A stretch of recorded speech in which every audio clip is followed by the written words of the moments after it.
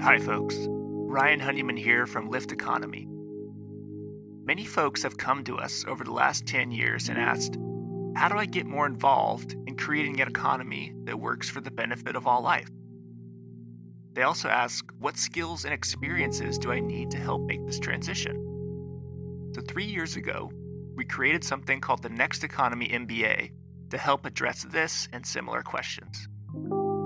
Lift Economy's Next Economy MBA is an online course that's designed for entrepreneurs, aspiring entrepreneurs, students, recent graduates, employees, and folks who want to learn more about transformational Next Economy strategies and businesses. Join the growing alumni network of nearly 250 alumni who've gone through this program and learned essential skills and hopefully built lifelong relationships for catalyzing businesses in the emergent and regenerative economy. So we encourage you to check out our course. You can go to lifteconomy.com/MBA. The next course, Cohort 7, starts on September 21st, 2021. So once again, go to www.lifteconomy.com/MBA. And now, on with the show.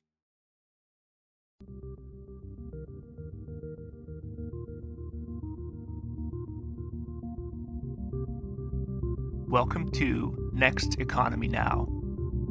The goal of this podcast series is to highlight the leaders who are taking a regenerative, bioregional, equitable, democratic, racially just, and whole systems approach to creating the new economy.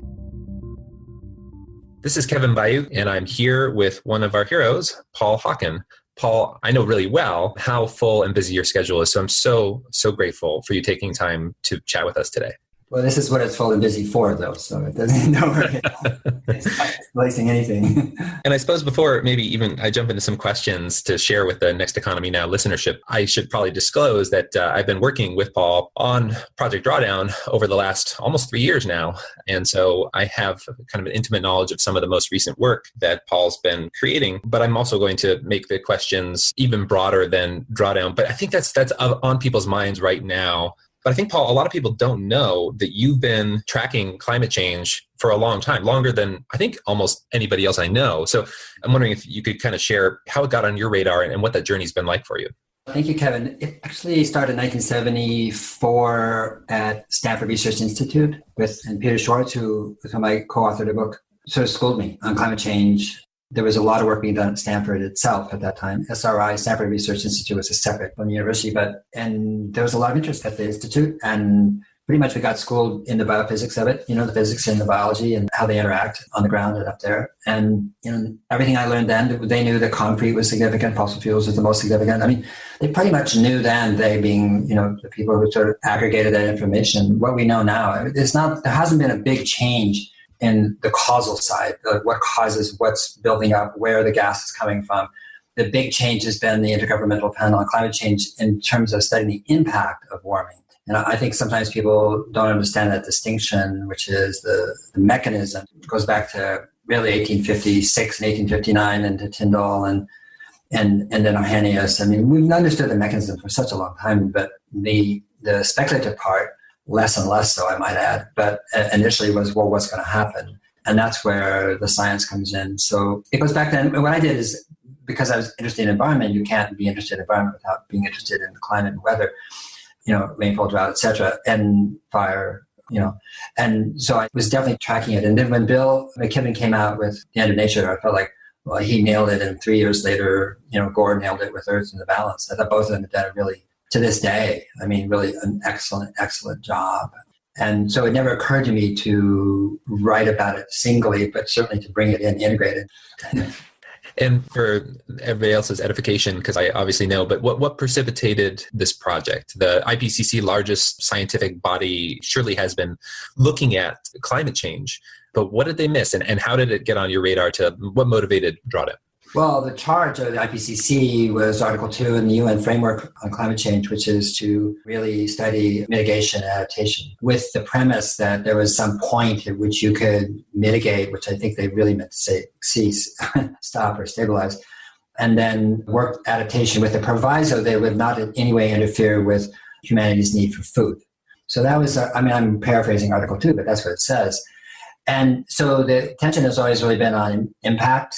How much impact will such warming have at such time in such places and such biomes and regimes? And there is a third working group in IPCC on solutions. The last fifth assessment, third working group is, I think, 1,967 pages, and I don't know anybody who read it except the copy editor. It's just voluminous, and I think only a minority of the solutions that we cover in Drawdown are covered there. What happened is that I just felt like with those succeeding the third assessment and the fourth assessment, that we didn't know where we stood as people, just like regular people, not scientists. I'm not sure they do either, by the way, because they're good scientists, but I know we didn't.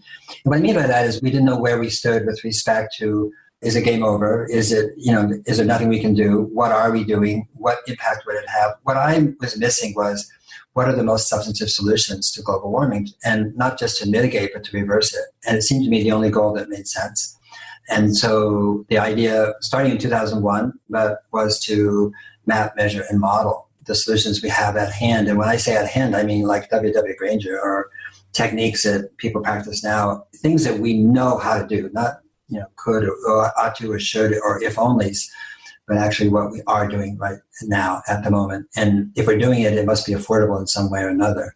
Otherwise, people wouldn't do it at all. And so that's the origin of Drawdown. I think what happened is that I kept asking people to do it, saying, it should be done, not asking individuals, but institutions to do it. And they said they didn't have the expertise. And a couple said, why don't you do it? And I said, I don't have the expertise.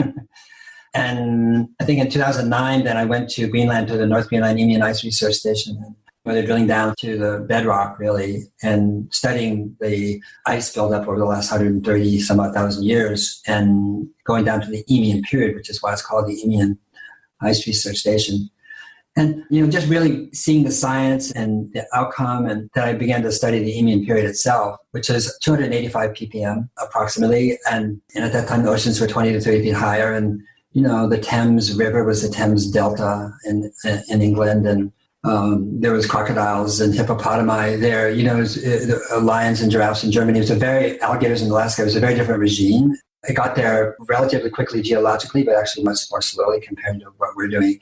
And so the thing about that's 285, and realizing that humanity has never lived above 300 ppm until 1940 really made me think about the IPCC framework, which is somehow up there at 450, or we're going to stabilize and adapt, and hired the Dutch to build things around our cities. I just, the whole idea of adaptation and mitigation just seemed really a little bit short-sighted and weak, And so I wanted to know when and if we could reverse global warming. And that started in 2012. Bill McKibben came out with that piece, Global Warming's Terrifying New Math. And it was a good piece. It was based on Mark Campanelli's work at Carbon Tracker in London about basically the unburnable carbon in the coal, gas, and oil companies and their balance sheets counted as assets. And what Bill did in that piece for Rolling Stone is he actually burned some of it, burned a lot of it, and said, theoretically, hypothetically, and to really, as Mark said, make poetry out of his numbers. And it really, really freaked people out. And a lot of people said it was game over, we're done, we're finished, no point in going on. And so, sometimes when people think that, then it's game on. It's the other way around. There's sort of that point of crisis, internally. So I just wanted to see if we could do that, and that's how Project Drawdown started in really 2013, and we've worked together since I think the end of 13. Yeah, I think that's an important distinction you've made before, even before starting Project Drawdown formally. I'll paraphrase a little bit. Something that moved me and actually inspired some of the work that I'm doing in the world. You had said, if you're following the numbers and you're feeling optimistic, this is before Drawdown. If you're following the numbers and you're feeling optimistic, then you're not following the numbers. Mm-hmm. You said something right after that, which was really important. You said, but if you're with the people on the ground who are working on solutions, being diligent, doing the work, and you're not feeling optimistic, I think you said, then you don't have a heartbeat or something like that. Yeah. I said, if you don't understand, if you read the science and are not pessimistic, then you don't understand the science. So if you meet the people who are addressing environmental climate issues and you're not optimistic, then you don't have a pulse. And I think that's right, though. I see Drawdown as, I think you had positioned Blessed Unrest, one of Paul's bestsellers for the listeners. I think you had positioned it as something along the lines of, I think of it as when you catalog and look at what humanity is doing, there's kind of a nature's immune response to some of the pain and the hurt and the damage that's been done, the exploitation of nature and people. There is this immune response that's emerging. And I see Drawdown, as kind of doing the measuring. Nobody's you cataloged it with Blessed Unrest to say, look, this is pig. Yeah. And now it's like, well, what is everybody doing? Let's do the math on that. And nobody had done that. Nobody has. It's so interesting. I mean, if you Google the top 10 solutions to climate change, and I welcome everybody to try that, you'll get Scientific American and Union of Concerned Scientists. And they'll say things like move closer to work and put power strips in your entertainment center. I mean, come on. No, this is true. And I mean, eat smart, consume less. Well, yeah. But they're, as I said, they're more like proverbs than solutions, and they're not measured, and they're all kind of moralistic, which is okay, but in a sense, they're not so functional and specific. Yeah, I just feel like there's been, and so many of your listeners, I think, know this, but if you look at, say, an area that's been burned, or like a forest fire, or where there's been a real regime change anyway on an ecosystem level for whatever reason, whether it's human-made or natural.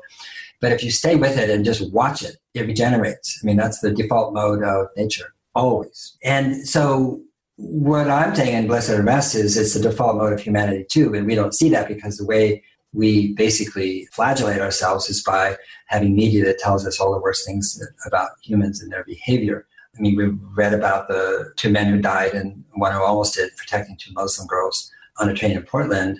And a hate crime, to be sure. But what happened that day that was just extraordinary, and the schools in Tanzania, they're teaching emotional intelligence, and the people, I mean, it's just so many fantastic things happened that same day. It's not that we should know about hate crimes because they're so related to the new executive in the White House, but we just don't hear that. And I feel like Blessed was trying to say, we're sort of breathing toxic fumes of the media about ourselves.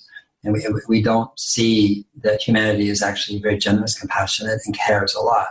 They don't always have the means or the wherewithal to do so in a way that is needed right now, and that is something we need to address. And so Drawdown is the same thing. The title, as is the most comprehensive plan ever proposed, to reverse global warming, which is purposely cheeky and brash, by the way. But the most comprehensive plan is because no one has ever made one. And that goes back to your question, well, there isn't one. There is no plan. Go find the list, And what we did is, of course, measure just the impact in terms of carbon and the cost over time.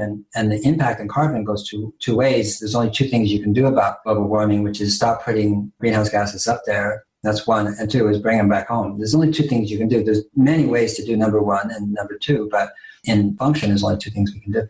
And so what we did there is map the carbon for sure over 30 years, but we also measured the cost.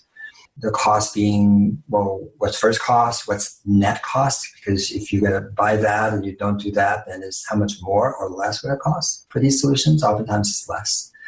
And then what is the net savings? In other words, what would you make or lose if you did this way versus sort of the regenerative solutions we have in Drawdown? And then you just hit the total button, you find out where we are, with all 80 of those solutions, over 30 years. And it's quite interesting. It's surprising. It's astounding, and like I say, nobody's ever done that. And, somebody's asked me, so what's the call to action? Well, that's, what do you think? I mean, there it is. It's like somebody had there's 80 beautiful dishes on a, smorgasbord buffet, and somebody says, well, what should I eat? And it's like, whatever you want, it's an offering. And Drawdown's an offering to the world.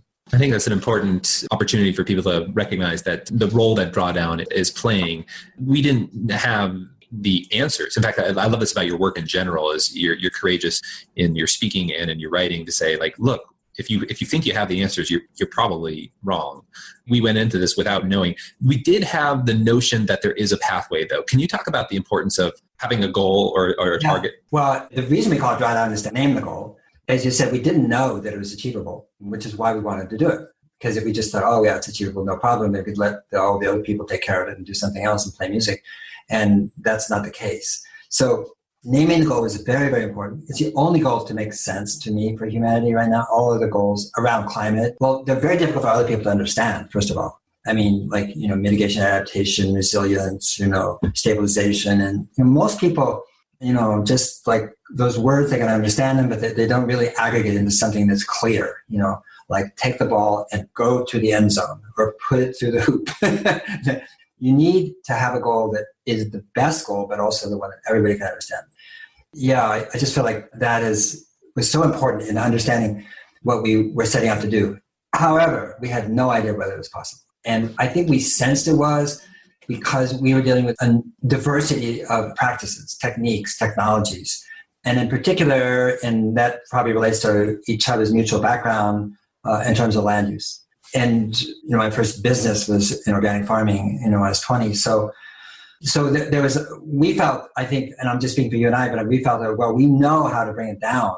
And the question is really what things stop it from going up? Can we get that into some kind of equilibrium? That's that day when it's equilibrium, it's drawdown, when it tilts towards sequestration. But going into it was really fun in that sense because, who knew? We just did not know, and the only thing to do in that situation is to be as scrupulous as possible with the numbers so that when we came out of it with a conclusion, or the numbers, really not a conclusion, that it would be credible. And I think we did a pretty good job there because on the carbon stuff, it was all peer-reviewed literature. We didn't, no anecdotes, no beliefs, no assertions, no TED Talk saying what could happen. It was all peer-reviewed literature.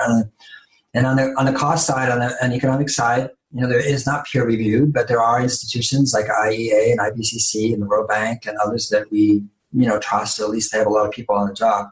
And universities and Bloomberg and so forth that do the analyses, and we took those analyses. But we always chose, both on the carbon and the financial side, the most conservative numbers so that nobody would criticize us, for basically doing what I'm afraid many people do, is exaggerate or overinflate in a kind of hopeful way, this solution or that solution, if we do this. There has been a kind of a silver bullet mentality, especially in America, like we're looking for that one thing, we're looking for the Berlin Wall to fall, and sign something and it's over, or there's some technology you read about again today, yesterday in Fast Company about direct air capture, and there's that sort of, we only need 8-10 million of them going, powered by over 30 years. I mean, nothing wrong with people pursuing the technology. I'm just saying is if there has been this idea, and I think what we were able to do is look at the whole diversity of solutions and winnow them out, not because they weren't good, but because they were as substantive, and then map, measure, model them and see what it looks like. And speaking for myself, I was really surprised. Looking at the 80 solutions and then the 20 coming attractions that made it into your selection for the book, there's one thing I think some readers might be wondering about is, are they all important? The mosaic of possible pathways, like you said, it's a platter, it's a menu for humanity to work with. How important are they relative to each other, and what are some of the surprises that really jumped out for you? Well, in terms of relative importance, there's been a tendency to think of the top 5, top 10 solutions. Like, what are the top things? What are the most important things we can do? Everybody's focused on the most important thing. Okay. But that's actually presuming there isn't a system in place, that is causal and also curative. It goes both ways. And it's kind of like saying, look, I just need my major organs. I want my intestines, my stomach, and my lungs. I'm cool otherwise, I don't need my thyroid, I mean, we tend to think of that, and that's just incorrect. Small things are extraordinarily important. And if climate change teaches us anything, is how important 400 parts per million can be up in the atmosphere. It means there's nothing there up there, relative. It's so tiny, and it has such a huge, huge, huge effect. And so the same thing with the solutions, we say, or I say anyway, there's no small solution, and that they're all important, and that maybe, there might be 20, small solutions that don't aggregate into the biggest one, but that doesn't matter. That is a major contribution. I think what surprised me the most was that solar didn't make the top 5. I would have said, just like everyone else, solar, wind, and probably EV storage, and maybe managed grazing of all things until I researched it. And wind made it, for sure. Number 2, I wouldn't have gotten refrigerant management at all. I don't think I would have gotten reduced food waste and plant-rich diet as the 3rd and 4th. I mean, very important. I don't think tropical forest, number 5. Maybe, I don't think so. It's so funny though, because, we have some amazing advisors, and they're IPCC lead authors and scientists and, geologists and climatologists and limnologists. We have a lot of ologists on our advisory board. But one of them called her, I've known for a long time, and when she was going to COP21, what are you doing, this and that, blah, blah, blah. And I said, ask anybody in Paris if they could name the top 10 solutions. I said, we couldn't. I'm just curious. I said, I don't think anybody can, or even make a list of 10 of them.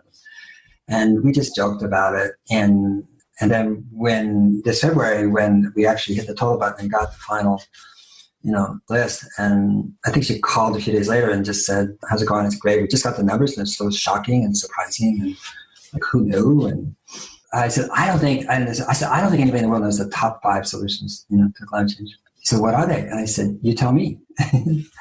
And so she took the bait, if you will, and she said, okay, you could just listening. She was talking out loud, going through and processing her, sort of mental Rolodex of solutions and impact. And then she said, okay, got it. 1, 2, 3, 4, 5, not in order, just 5 of them. And she said, how did I do? Did I get them right? And I said, it wasn't the point of the question. And she said, what was the point of the question? I said, the point of the question is you are probably one of 1,000 or 2,000 people who know the most about this for the longest amount of time. And look how long it took you to come up with the top 5. And she said, gosh, you're right, and she said, well, did I get them right? And I said, no, they're all wrong, But it wasn't, I said, we would have got it wrong. So it's not, I'm not trying to make her wrong. I'm just saying, us, you, me, I don't think we would have got them right. And so that's where we are, 40 years into the worst crisis, the most incredible crisis that humanity's ever faced, and nobody can name the top 5. So on one hand, I'm saying we need them all. But on the other hand, if we can't even name the top 5, what does that say about I don't know what it says. I think an anthropologist is going to have to tell me what it says. I don't understand it. There's our collective eco-literacy right now is operating on such a low level. But I think a number of our listeners will know or might know that you have been involved as a thought leader and practitioner in the organic food, the natural food movement from the beginning. You were there at the inception of this recent wave over the last number of decades to reinvent the human relationship with food in the modern era. Were some of the results related to food surprising, inspiring, or reaffirming of what you probably already knew? They were, as you know, you can be a certified organic farmer and actually slowly degrade your soil, So there's nothing about that term organic that inherently, at least the way it's certified, means that it's regenerative. I'm not going to get into the back and forth about naming right now, what things should be named. But however, starting in organic farming in the 60s, and really when I started my company and 7 years later I had 35,000 acres under contract. Some actually were extant organic farmers. They just did it. They never undid it. They never went the other route. And some of them were new. Most of them, I would say, the dryland farmers, it's really not much you can do really except work with animals actually. But the other farmers, most of them, I'd say, still thought of soil as a medium. They certainly dealt with fertility differently. There's some that understood Sir Albert Howard and really understood the origins of organic farming. I hate to call it a theory because his whole point was that's how nature actually works. So it's not called a theory. But that has continued to change. So what we did, people talk about land use, and the IPC talks about agriculture and forests, and like that's land use, And because we had to really measure accurately, and we had to use science as a measure of the carbon sequestration in the case of land use, we had to be very specific. We had to be in biology, it was called a splitter. We had to keep splitting land use practices so that we could get data that was actually pertinent to that particular practice. We couldn't say, as the IPCC does, climate smart agriculture. Well, what does that mean? CSA, it's another acronym that goes right over. In fact, I was challenged after the book came out by somebody in Addis Ababa in the sixth assessment and the third working group to solutions board, and said, regenerative agriculture, that's just CSA. And I went back and said, show me the paper. There's no peer-reviewed papers on generalities, and because you can't. So what was really delightful about the project and working with you and others who, like Eric Tonsmeyer and Monty and so forth, who really are experts in land use, was how many different land use practices there are, that would be substantive contributors to reversing global warming. But in the subject of food itself, I was surprised about when you look at food waste and you do the analysis, like it's, of course, really, it's not surprising. But to see it that high up, number 3, and plant-rich diet was a surprise because the way we modeled it was actually to increase the protein content and caloric uptake for people who don't have adequate nutrition, and then obviously to decrease it where the excess protein, particularly animal protein, was causing harm to human health, not just environmental health. You put those two together, I didn't think that would be a number 4 solution, but it is. In terms of other surprising for me, reaffirming as well, and also our listeners probably might not know you have been working at the forefront of social justice and equity for, your entire life. Can you talk a little bit about the educating girls and family planning and how that shows up in the way humanity is going to address global warming? For sure. I was the one who threw educating girls into the hat. And just from Girl Rising and so many other data points for the last 20, 30 years, about what happens when you pull a girl out of school versus leave her in school and get an adequate, or if not better, education. And in this case, it was simply about reproduction rates. Really, there's so many other benefits from education besides that. But the fact is that when a girl is pulled out early, her average reproduction rate is about 5+ children. And girls are pulled out at puberty because of familial, cultural, religious reasons, mores, customs. A lot of reasons. None of them are her reason. And basically, she becomes a woman on somebody else's terms, but usually a husband that she has not chosen, and a reproductive pattern that is sort of mandated almost, or again, customary, which results in threats to her health and also issues with poverty and nutrition for her children. And then you get a kind of a vicious cycle. And women or girls who become women on their own terms, that is to say, they grow up in an educational environment as they go through puberty and become women, make very different choices. And they have an average of 2 children. And their children are better educated and have more resources because their mom is better educated and has a better job. And they continue this pattern, and the reproductive pattern, which is to be 2 is under replacement rate, just under. So actually they are drawing down population. When you educate a girl, it goes to drawdown in a population level way. And that's what we have to do as well. We have to draw down population, we have to peak and then actually go down, not go up. And so that, when you combine that with family planning, which is just having clinics for women who can support their reproductive health and their choices for women's reproductive health and how many children they'll have. You put that with girls' education, which is a different pathway to family planning, but put them 2 together and they're the number 1 solution to reversing global warming. I want to qualify that because there's different combinations you can do. That one would be number 1. If you combine on and offshore wind, that would be the number 1 solution. I don't really like number 1s so much, that's again, so American.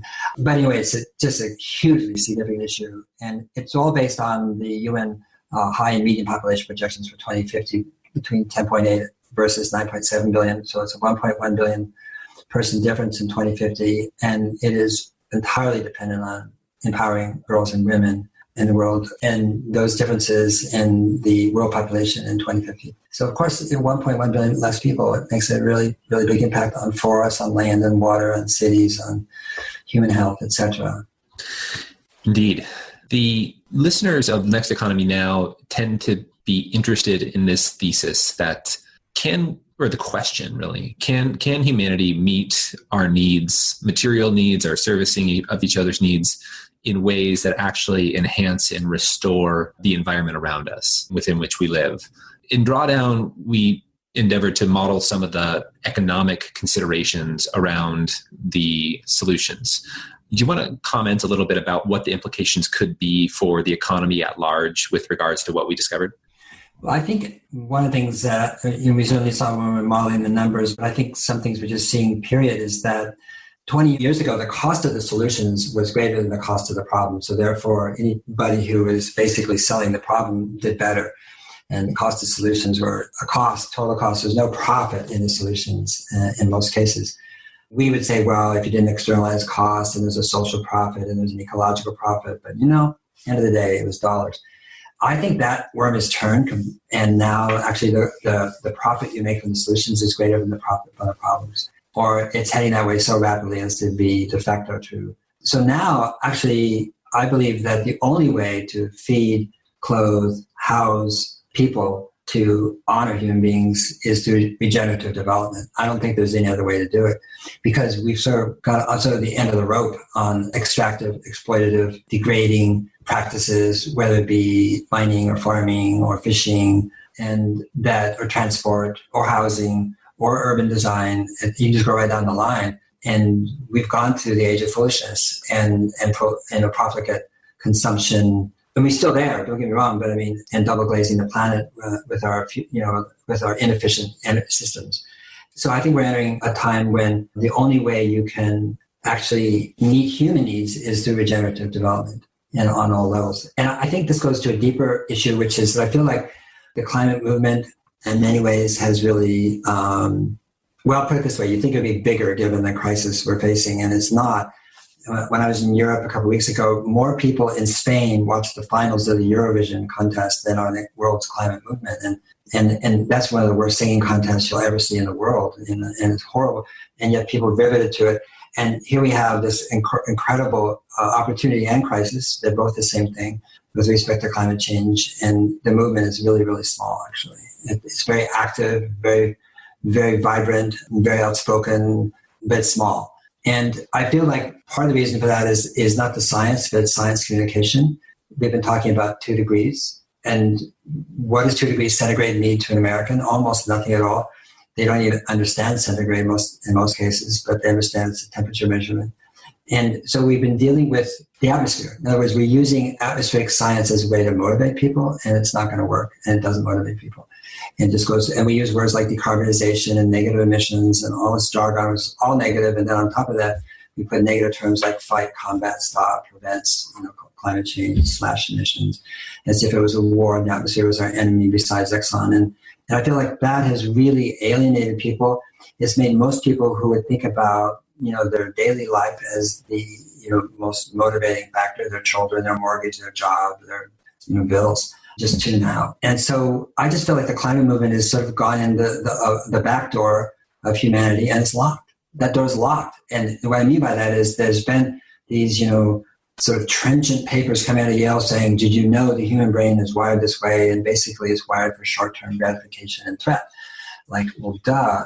I mean, of course, as if that was a revelatory thing. And therefore, the human brain is inadequate to deal with a long-term crisis, where you don't necessarily experience it on a day-to-day basis. And I would say to that, you got that upside down and backwards. The way you solve and address climate change and the reversal of global warming is to go in the front door. And the front door is based on needs assessment. What do people need? And what they need is nutrition, security. They need jobs that make sense, that give them a sense of value and self-worth and pride in their community, in their family, and their self. They need biological systems, whether they be farms or forest lands or marine systems, that are abundant, that are regenerative. And above all, what they need is jobs. This should be a let there be jobs movement, not a climate movement. We have to go in to where people are, and not where we want them to be, or how literate they should be, or to do something for the future when they have to pay attention to the present. And so by avoiding that understanding, we create a climate movement that's seen as elitist, that's seen as other, that's seen as talking down, it's seen as being right, it's seen as making other people wrong, even mocking them for their beliefs or their understandings. But where we are today is that we're the only species without full employment. How do we do that? And there's never been more work that needed to be done in the world. And what we know from the work that you do and many others that probably are listening is that there's such extraordinary ways to reimagine our relationship to each other and this living planet and living systems that are productive, that are abundant, that are regenerative, that are kind. And yet we have, over 500 million people who can't work in the world right now, more than that. And so, as I said, from my point of view, in terms of climate communications and climate activity, we have it upside down backwards. And we should take the fact that humans do respond quickly to gratification and threats. That's who we are. And that's our Dorian. And that is a hint, a huge hint, and it's been there all along. People don't really care if famous people stay in 5-star hotels in Paris and talk about, 2 degrees. It just doesn't really wash. It's not that what they're doing isn't important, but I still think we tend to look for love in all the wrong places, and we're looking to it from dysfunctional nationalistic governments, that are based on power and money and in many cases corrupt or subtly corrupt if they're not overtly corrupt. And somehow we are praying and hoping that they change. And the reason, Kevin, we call it the most comprehensive plan to reverse global warming is because there is a plan. It's not our plan. It's not, you didn't make a plan, I didn't make a plan, we didn't get together, we got a plan. We map, measure, and model these solutions, and what emerges from it is the same thing I mentioned earlier. When you look at a landscape that's been, cut over, burned, and then you see it regenerate naturally, what we're seeing is human beings are on the case, and that collectively we do have a plan. There is a kind of wisdom here. Hard for us to see individually, or maybe we see it amongst our friends, but there's no way we can step back and look at it in a more holistic way. And what Drawdown did, inadvertently, I suppose, in a way, by measuring and modeling the 100 most substantive solutions, is be able to draw back and look at it collectively. It's the global model. It's not a U.S. model. People are, wringing their hands about Trump today, whether he announces Paris in, Paris out. I hope it's Paris out, frankly, because that wave is crashing on the shore. Get out of the way.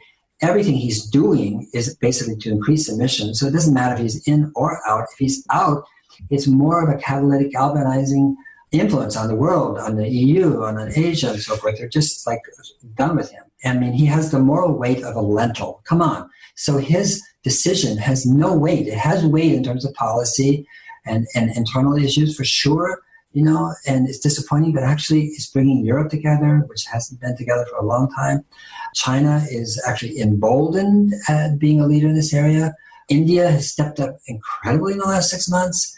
And I just think that, again, humanity is on the case, is what I'm trying to say. And if the U.S. wants to be the juvenile delinquent in the world and the bully, well, it's been that before, and not surprising, but that's not going to stop the world. He can open up every coal seam in America. There won't be one new coal-fired generating plant ever built in America for the rest of history. And so, the fact that he's 30 years behind his times is just, that's his problem. Indeed.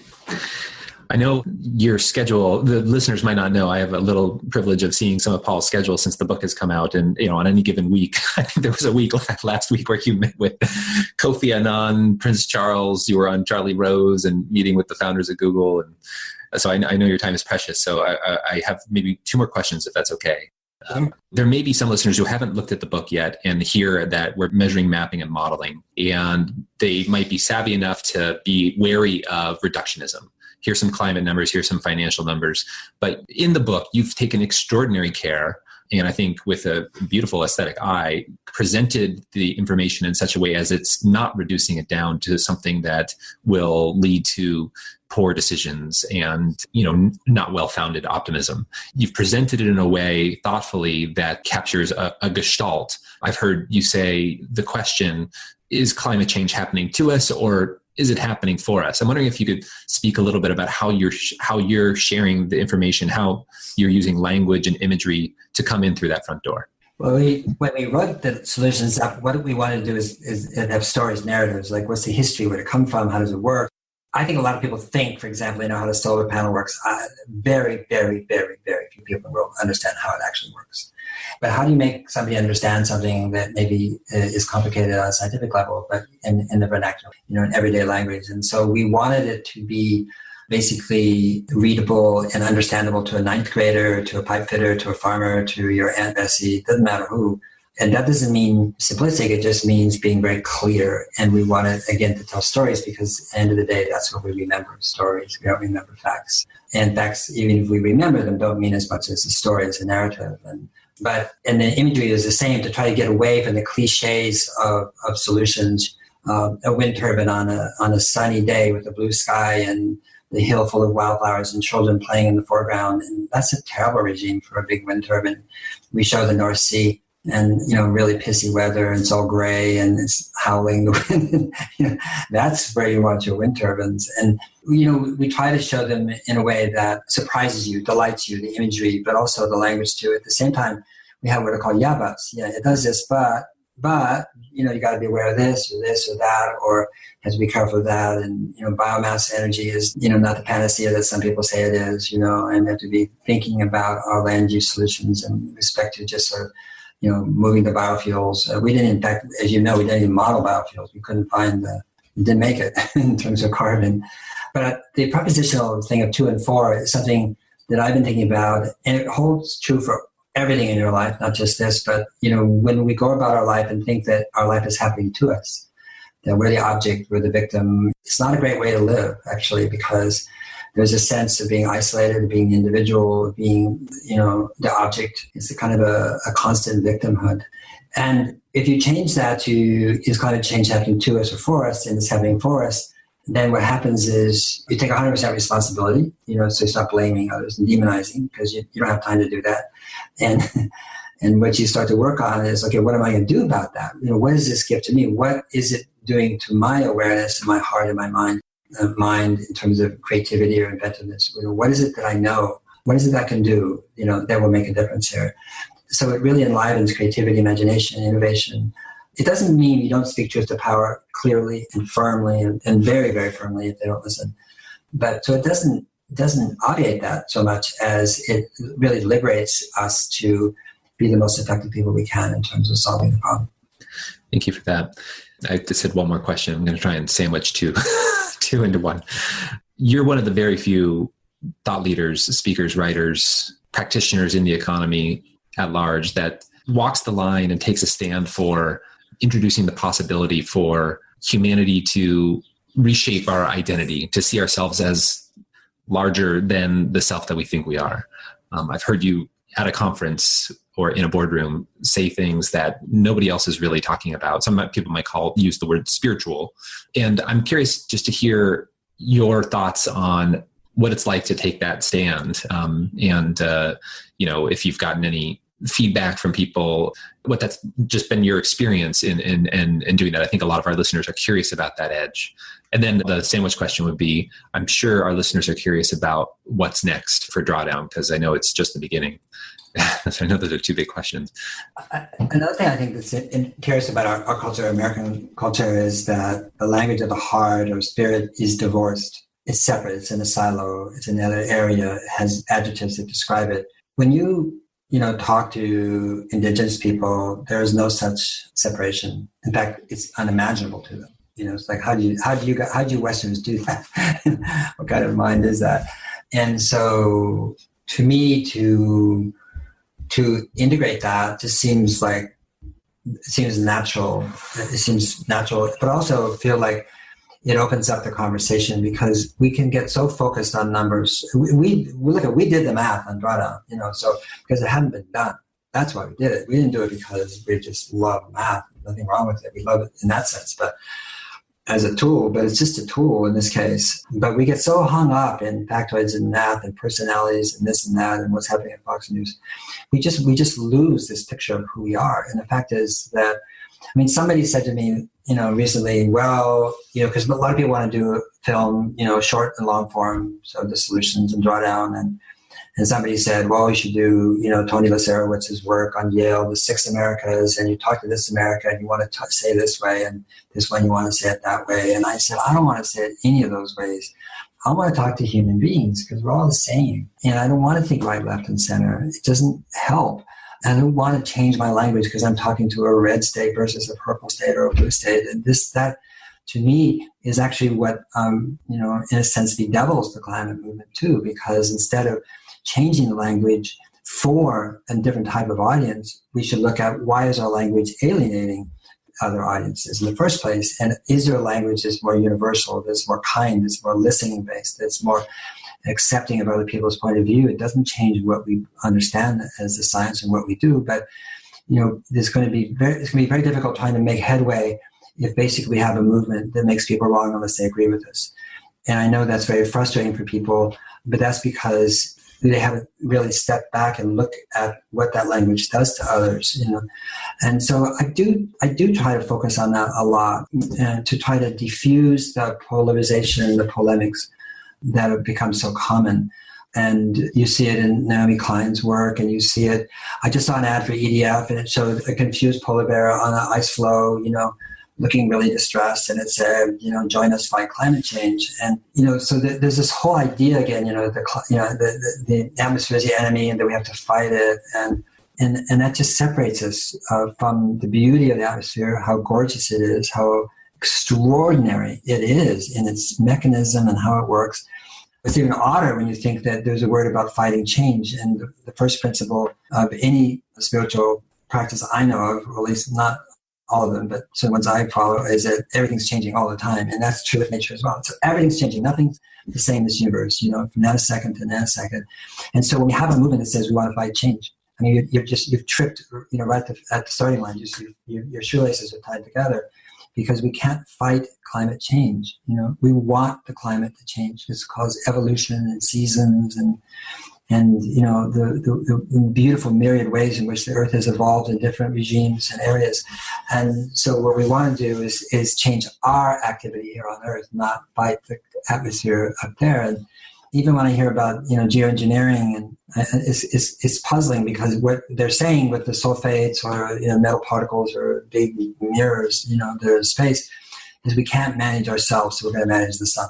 I mean, and that's and really we can't manage ourselves because we haven't created an equitable economic system where people feel empowered and included. And so at the very outset of Drawdown, what became clear to all of us is that if we didn't do this in a collaborative way, if it wasn't a coalition of people, it shouldn't have much credibility. And I don't think it would have. It might have been interesting, might have been provocative, but I think at the end of the day, it wouldn't have had the solidity. And I think that goes to your second question of what's happening. I'd say the most important thing, there's a lot happening, but the most important thing it's called the RDRCC. And this is the initiative of the Commonwealth of Nations, which is a former British Commonwealth. There's 52, soon to be 53 again.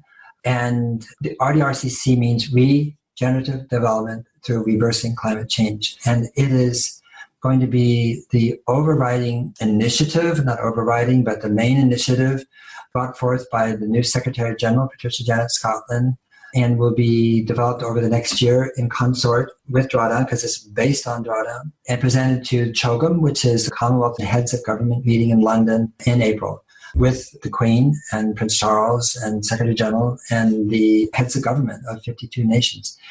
So this represents actually, I think it's going to be the most significant pathway addressing and reversing global warming, because the Commonwealth of Nations actually is a united nation. They're united. They have common law because they all have the same laws. And so now when they change the laws, they do it collaboratively. They actually work collaboratively and listen to each other. And they include many small, vulnerable island nations. And so obviously some developed G7 nations like Canada. But there's India, large populous Asian nations, etc. So it's very, very diverse, and lots in Africa as well. So it's very diverse, and it really does work together. The United Nations should be called the divided nations because it's not united at all. And, France and the US, Russia, then you have veto rights, they're just arbitrary, that we can veto anything. And the Commonwealth doesn't have that. It's about, cooperation. So I'd say the most important thing that's come out of it is this. And we're working very closely with the Commonwealth. I go to London now once a month. I've been twice already, go next week. And we've already addressed the 52 high commissioners, which are the ambassadors of these countries in London. Prince Charles has addressed them, invoking Drawdown. Paul Pullman did, the head of Unilever. Mary Robinson did. So there seems to be a growing consensus about the pathway to addressing it is through regenerative economic, ecological pathways. And so that's the book, and the research that informs the book is not the culmination, but the platform with which we go forward and work with these 52 countries. And so pretty excited about that research because it involves really looking what are the applicable solutions to a low-lying island nation versus, a landlocked African nation, with mountains and deserts. Each country is different. The solutions that are applicable are different. But what we're going to measure really is what the positive externalities are. We're good at the negatives, but what are the positive externalities of these solutions in terms of jobs and health and welfare and housing and security, networks, entrepreneurship, and show to the heads of government and the ministerials that regenerative development is actually the least expensive, most productive way to progress as a country, and that it will create the most jobs. I'm excited for that work and the role that Drawdown will continue to play. One of my favorite parts of the project from its inception is that you envisioned it to be alive, something that continually digests what the world is providing and metabolizes the data, the information, and then represents it to ourselves. It's, I think, a really critical role, and nobody else was going to do it, and you stood up and did it. I'm eternally grateful to you, Paul, for that project. And it's been just really a privilege and an honor to work with you, and a total delight to chat today. So thank you so much. I'll say one more thing, though, which is you thank me, which thank you for saying that, but we did this. And I really want to emphasize the pronoun here, because yes, I did a lot, and so did you, though. And then there's 200 more of us. And so we is really the pronoun that I think we need to understand. We as a small we, this collaborative, is talking to we, the bigger we. So it's we talking to we.